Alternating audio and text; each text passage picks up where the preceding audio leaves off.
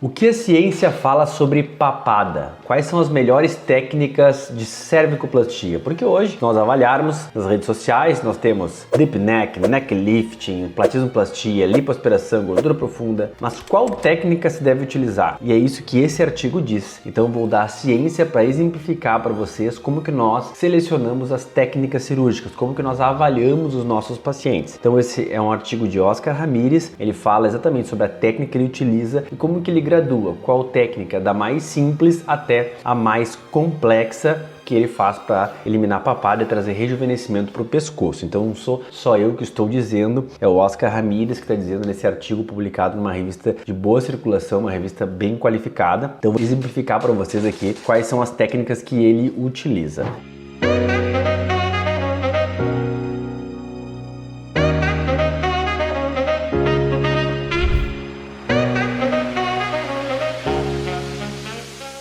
Para quem não me conhece, eu sou o Thales, cirurgião bucomaxilofacial e doutorando no curso de medicina, e estou aqui para falar um pouquinho sobre cirurgia estética da face com vocês. Então eu vou começar já com o artigo. O artigo ele é um pouco longo, eu vou tentar dar uma resumida nele para esse vídeo não ficar muito estendido. Então o artigo fala, é um artigo em inglês, mas eu já dei uma traduzida aqui para a gente poder, fiz uns tópicos para a gente poder discutir ele melhor aqui nesse vídeo. Cervicoplastia profunda, né, que seria os deep necks ou cervicoplastia deep que o pessoal fala nos artigos. Como escolher o procedimento ideal para cada paciente. Então ele vai falar exatamente sobre isso. Então ele apresenta o tema e ele fala principalmente no ponto-chave dele é de diagnóstico. É uma coisa que a gente sempre fala, que o que vai ditar a técnica é o diagnóstico. Então o primeiro de tudo, ele enfatiza, o Ramírez enfatiza muito a avaliação pré-operatória. Ponto-chave, ele fala, a avaliação pré-operatória é o ponto-chave. O cirurgião deve observar, e isso eu falo muito nos vídeos também, nos meus pacientes quando eles vêm aqui no consultório, qualidade da pele, grau de flacidez e volume da região do pescoço, definição do ângulo cérvico-mentoniano ou cérvico-facial, que é este ângulo aqui, projeção do mento e presença de pitose de glândulas salivares, que são as glândulas que estão aqui embaixo na região da papada. Ele vai ressaltar isso. E por quê, então? Qualidade da pele. Primeiro, se tem uma pele flácida, não adianta tu fazer um procedimento pouco invasivo que não vai mexer na pele. Então tu tem que fazer um procedimento mais invasivo. Se a pele não é uma pele flácida, não tem flacidez de pele, a gente pode fazer procedimentos com incisões menores, que daí não precisa tirar pele. Por isso que a qualidade da pele é muito importante. Além disso, nós precisamos ver se vamos elencar esse procedimento à tecnologia, por exemplo, Morpheus, BodyTite ou no caso FaceTite, né? Vamos fazer alguma tecnologia de retração de pele na face, por isso que é importante ver a qualidade da pele. E pele não é a qualidade só flácida, né? Nós temos a pele flácida, nós temos a pele que não tem gordura, então uma pele sem gordura, com aquele papel que crepom, tipo um papiro, nós temos que cuidar da gordura superficial, não fazer lipoaspiração, às vezes até fazer um nanofat associado para tentar melhorar a qualidade da pele. Tudo isso é observado na pele. Grau de flacidez e volume. Então, essa flacidez da pele existe? Não, não existe. A flacidez é muscular. Se a flacidez é muscular, nós temos que fazer procedimentos na musculatura, como platismoplastia, como tração. Então nós temos que avaliar se essa flacidez ela é na pele ou não e o grau que essa flacidez, ela é grau 1, 2, 3, 4, ela já tem aquelas bandas bem marcadas do platisma. Tudo isso é importante avaliar para ver qual é a nossa definição de técnica. O volume, nós temos volume superficial, a gente pega e fica entre os dedos aquele grande volume de pele, uma pele bem esticadinha, ou não, uma pele mais murcha, mas ela tem volume profundo, que tu pega e tu sente a musculatura mais profunda cheia aqui, que daí nós temos gordura profunda. Isso é importante avaliar. Presença de glândulas. As glândulas salivares, elas podem fazer volume nessa área aqui. Então, às vezes o paciente ele tem uma papada e ele tem muita glândula. Então, nós temos que atuar na glândula também. Por isso que ele fala aqui, ó, a presença de pitose. Pitose é o quê? A glândula sair do lugar onde ela está. Sempre que nós vamos falar pitose, aquela estrutura, ela saiu da onde ela deveria estar. Então, tem uma pitose da glândula, ela deveria estar mais para dentro e mais para cima. Com a flacidez do platisma, ela cedeu e aí faz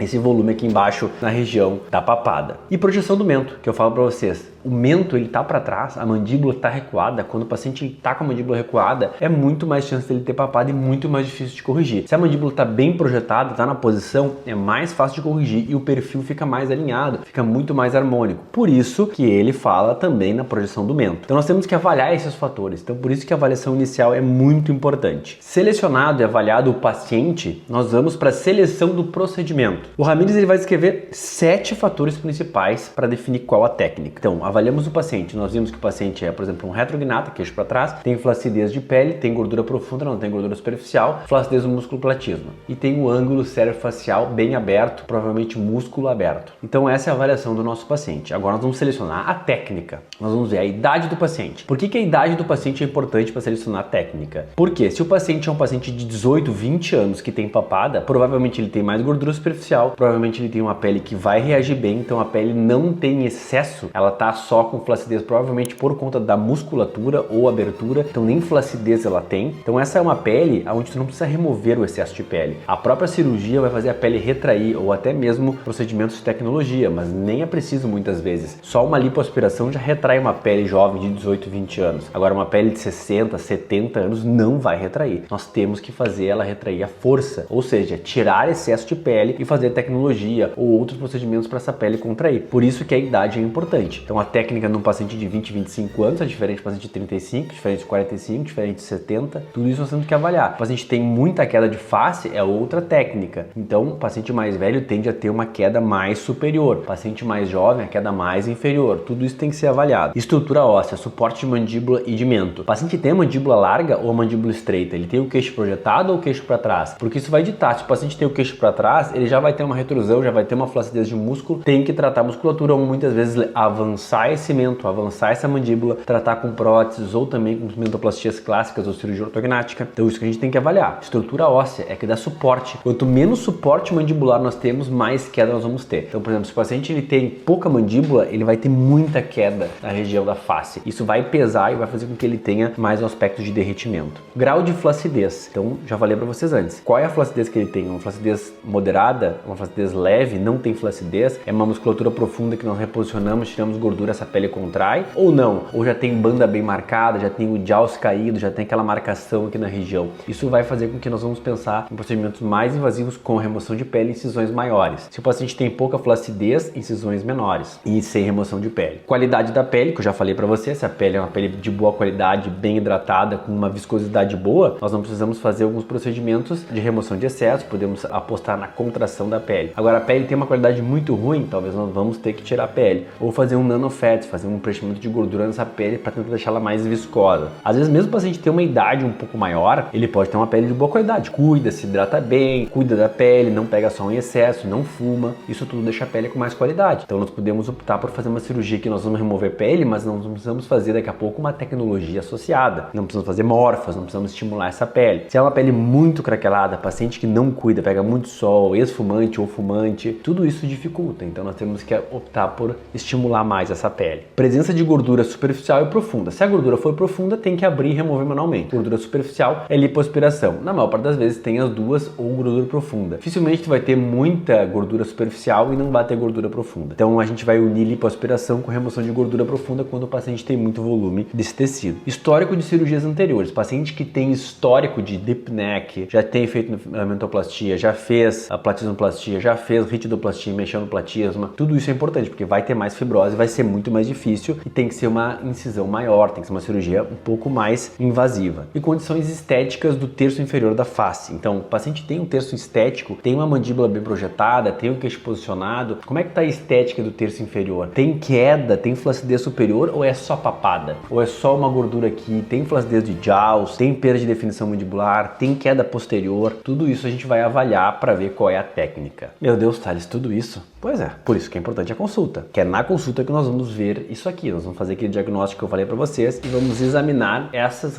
examinar não, nós vamos concatenar nossas informações dentro disso que eu falei para vocês aqui. Claro que cada cirurgião tem uma técnica diferente. Estou falando do Ramírez, né? A gente utiliza técnicas muito semelhantes. Eu avalio de uma forma muito semelhante que ele está avaliando aqui. Acho que quase todos os cirurgiões. Mas, claro que existem variações, né? Mas dentro de um bom senso geral da cirurgia estética de pescoço e de mandíbula, esses são os padrões que você deve avaliar para ver qual técnica tu vai utilizar. E aí nós vamos ter as técnicas cirúrgicas principais. Depois que nós tivemos uma avaliação do perfil facial do paciente, qual técnica vai ser utilizada, quais os padrões ali que nós temos daquelas 7 tópicos que eu falei para vocês, agora vamos ver o que se encaixa daqueles padrões nas técnicas, tá? Então a primeira técnica que ele fala, né, é uma técnica de suspensão, tá? Então, ou seja, ele faz uma platismoplastia anterior e faz uma suspensão do platisma sem fazer outras incisões, com uma incisão pequena nessa região aqui. Então tu faz uma incisão embaixo do queixo, puxa, acessa o platisma, vai tirar a gordura profunda ou não, dependendo da necessidade, e vai fechar esse platisma. Uma platismoplastia clássica de Feldman, né? Que é aquela platismoplastia que faz tipo um espartilho, fecha ele aqui. E esse autor, o Ramírez, ele ainda faz uma suspensão lateral, ele passa uns fios para sustentar o platisma. Esse é um tipo de platismoplastia que ele faz, cervicoplastia que ele faz, mas ele começa pela região anterior. Então é aquele paciente, quem é que faz essa região anterior? Paciente que tem abertura na região anterior com volume, tem gordura profunda, mas não precisa fazer tração posterior, não tem muita queda posterior, não precisa fazer reposicionamento do platisma. Então uma incisão embaixo do queixo, descola, pega essa gordura, tira, fecha a musculatura e é isso aí que nós vamos fazer de cirurgia. E aí nós vamos estabelecer o ângulo cervicofacial dessa forma. Então, um paciente mais jovem, um paciente que tem gordura profunda, que não tem flacidez de pele, que não tem uma idade muito avançada, não tem queda do terço superior da face. Então, nós optamos por uma cirurgia assim. Não tem uma retrusão mandibular,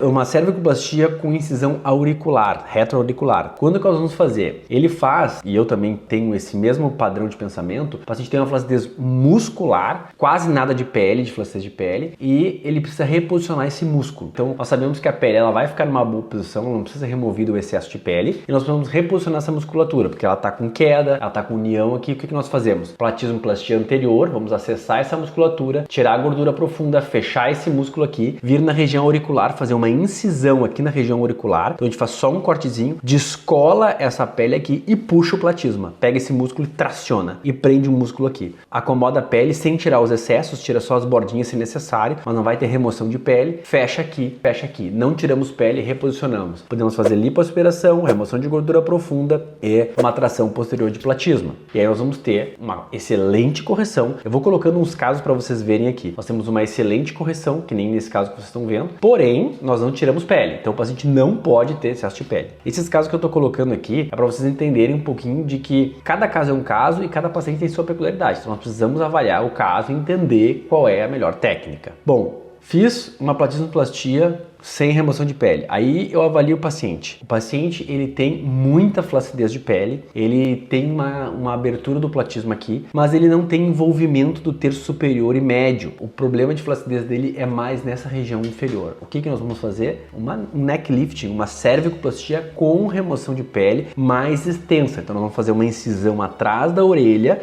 abrir essa região, puxar essa musculatura e remover esse excesso de pele. Vai ter uma incisão aqui também, platismoplastia anterior, remoção de gordura, mas com remoção de pele por trás, porque o paciente tem flacidez. Mas essa flacidez não está relacionada com o terço superior. Então nós conseguimos tratar somente com neck lifting, com cervicoplastia, que é a região do pescoço. Então se faz gordura profunda, lipoaspiração se necessário, tração posterior do platisma com remoção de excesso de pele. Vai ter uma incisão, vai sulcar. Diferença da anterior, a anterior só tem um corte aqui atrás da orelha, descola, pega o platisma, puxa e acomoda a pele, não tira o excesso. Acessa uma abertura maior, pega o platisma, reposiciona, puxa o excesso de pele para trás, corta e deixa a incisão escondida dentro do cabelo e atrás da orelha, associado com a platismoplastia anterior e remoção de gordura profunda. Se necessário, claro, nós temos que ver quais são as técnicas que o paciente precisa. Nem sempre precisa remover gordura profunda, mas quando precisa, se remove. E ele fala aqui também mais duas técnicas. Quando o paciente tem uma queda superior da face, então terço médio superior já tem queda, o paciente mais velho ou com uma flacidez muito considerável, rosto pesado, uma queda posterior, uma queda anterior, bulldog bem marcado, nós vamos optar por fazer uma cervicoplastia associada a uma ritidoplastia. E aí vai ser feita uma cirurgia onde tu vai reposicionar os tecidos, exatamente como eu falei para vocês, vai pegar o platisma, puxar, prender ele aqui atrás, fechar na frente, tirar a gordura profunda e na região mais alta da face vai fazer uma ritidoplastia. Daí a incisão ela sobe, vem aqui em cima e ele vai tracionar essa musculatura profunda aqui da região terço médio superior e vai fazer uma ritidoplastia. Daí é um facelift, né? Tu vai tracionar tudo e aí tu vai reposicionar junto. Por quê? Porque tem muita queda. Se tu tenta fazer uma correção de papada quando o paciente tem muita queda superior, tu corrige aqui e vai ressaltar, você fica com mais queda aqui. Tem pacientes que não querem fazer a ritidoplastia, preferem fazer assim, manter a queda superior e tratar só o pescoço. É possível? É possível, mas os melhores resultados são quando tu traciona tudo e reposiciona.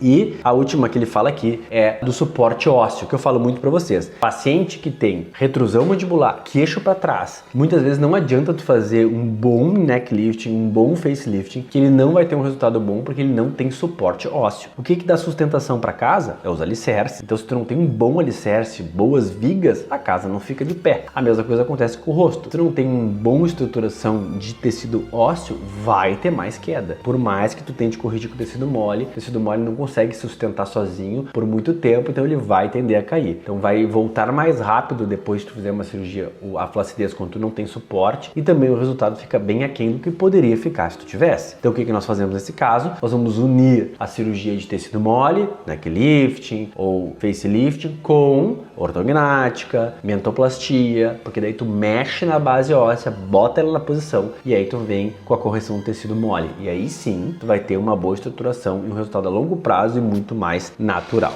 E a conclusão dele é o que ele fala: a avaliação detalhada, a avaliação inicial bem detalhada vai ser igual à melhor indicação de cirurgia. Então, quando nós pensamos em fazer uma cirurgia de cervicoplastia, a primeira etapa é uma boa avaliação. Por isso que eu sempre falo ao paciente, primeiro de tudo, tem que agendar a consulta. Então, se tu é paciente, se tu viu, se tá vendo esse vídeo, quer entender um pouquinho mais sobre se é pra ti essa técnica, qual técnica dessa que eu falei é melhor pra ti, não adianta a pessoa me mandar uma mensagem ou perguntar pra outra pessoa, qual é o valor, qual que eu devo fazer. Não, tem que fazer uma consulta, uma avaliação. Vem aqui, eu vou deixar o link aqui embaixo, pode ir nesse link, clica aqui, agenda a consulta, vem aqui conversar comigo, a gente avalia, faz exatamente uma avaliação desse tipo para ver qual é a melhor técnica. Vocês viram que são várias técnicas que podem ser associadas. Então muda o tempo cirúrgico, muda a anestesia, muda vários fatores dependendo da técnica que vai ser utilizada. Por isso que é importante a avaliação. E é isso que ele fala aqui. Então a conclusão dele é que para cervicoplastia a avaliação inicial é muito importante, que para tu ter um bom rejuvenescimento tu tem que avaliar bem o caso, escolher qual técnica, escolher qual vai ser o tipo de cirurgia e aí predizer com mais certeza os resultados que o paciente vai ter e também os resultados mais duradouros. Então, se tem que mexer tecido ósseo, mexe tecido ósseo, depois mexe tecido mole. Se é só gordura profunda, faz uma lipoaspiração, remoção de gordura profunda e não precisa remover pele.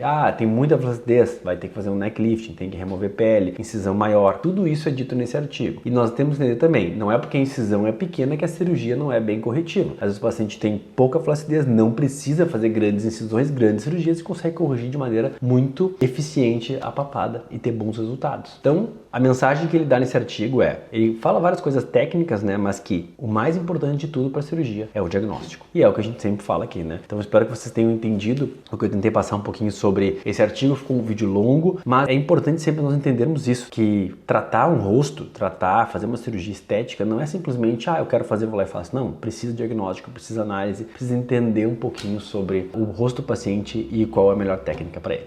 Beleza, gente? Espero que tenham gostado do vídeo, tenham gostado desse artigo. Vou tentar trazer sempre artigos científicos que eu acho legal, passar essa informação para vocês, um artigo que é importante, que tá numa revista boa, passar para vocês o que as pessoas falam de ciência, até para tu não ser enganado por aí, né? Porque muita gente fala que, papada é muito simples, é só fazer isso, faz no consultório. Não é bem assim, vocês viram pelo artigo. Se gostou, deixa teu joinha aqui, te inscreve no canal. Tem alguma dúvida? Manda aqui nos comentários, deixa nos comentários que eu vou ter o prazer de te responder, ou pode me procurar nas redes sociais e mandar uma mensagem. Se a colega se é cirurgião, quer ver o artigo, quer ler também, manda mensagem nas redes sociais lá que eu mando o artigo para vocês estudarem também. Beleza, gente? Eu te espero no nosso próximo vídeo.